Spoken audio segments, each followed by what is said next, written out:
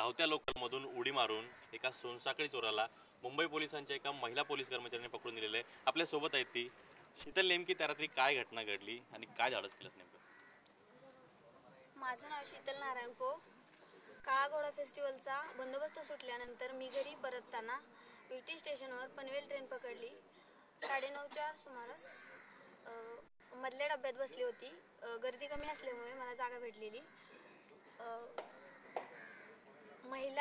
महिलेचं तोंड पनवेल साईडला होतं, माझं विटी साईडला होतं।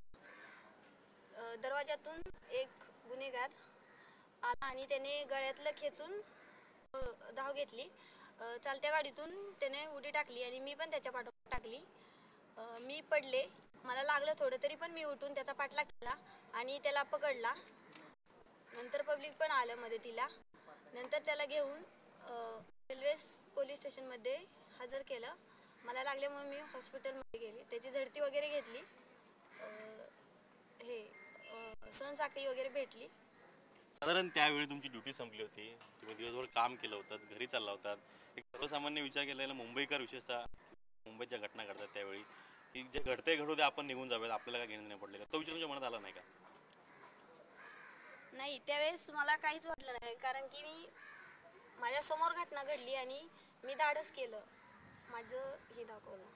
तुम्ही एक पोलीस कर्मचारी आहात। मुळात तुम्हाला ट्रेनिंग ज्या पद्धतीने दिलं गेलं होतं की आपल्यासमोर कुठलीही घटना घडली तरी तुम्ही ड्युटीवर असाल किंवा नसाल, तुम्ही त्या गुन्ह्याचा छडा लावायचा किंवा त्या गुन्हेगाराला पकडायचं। तुमच्या घरच्यांचं किंवा नेमकं या संपूर्ण घटनेनंतर घरच्यांशी काय बोलणं झालं का? त्यांच्या मार्फत तुम्हाला कशा पद्धतीने सुविधा मिळाली?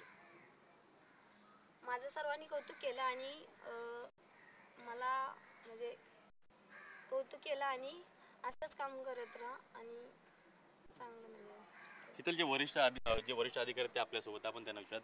मांडवे साहेब, आपल्या एका पोलीस कर्मचाऱ्यानं एवढं मोठं धाडस केलेलं आहे, जीवाची पर्वा केली नाहीये, सोनसाखळी चोर त्याला पकडलेला आहे, एक मोठा मेसेज मुंबई पोलीस दलामध्ये आणि त्याचबरोबर जे सर्वसामान्य लोक आहेत त्यांच्यापर्यंत गेलेला आहे।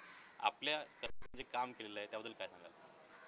हे कर्मचारी काम करतात त्याचं कारण असं आहे की पोलीस खात्यामधील ट्रेनिंग हा मेन पाया आहे आणि त्या ट्रेनिंगच्या काळामध्ये 9 महिन्यामध्ये सर्व प्रकारे त्यांना मार्गदर्शन मिळतं, कायद्याचं मिळतं किंवा इतर कशा पद्धतीने नोकरी करायची ह्या ड्युटीच्या संदर्भात मिळतं।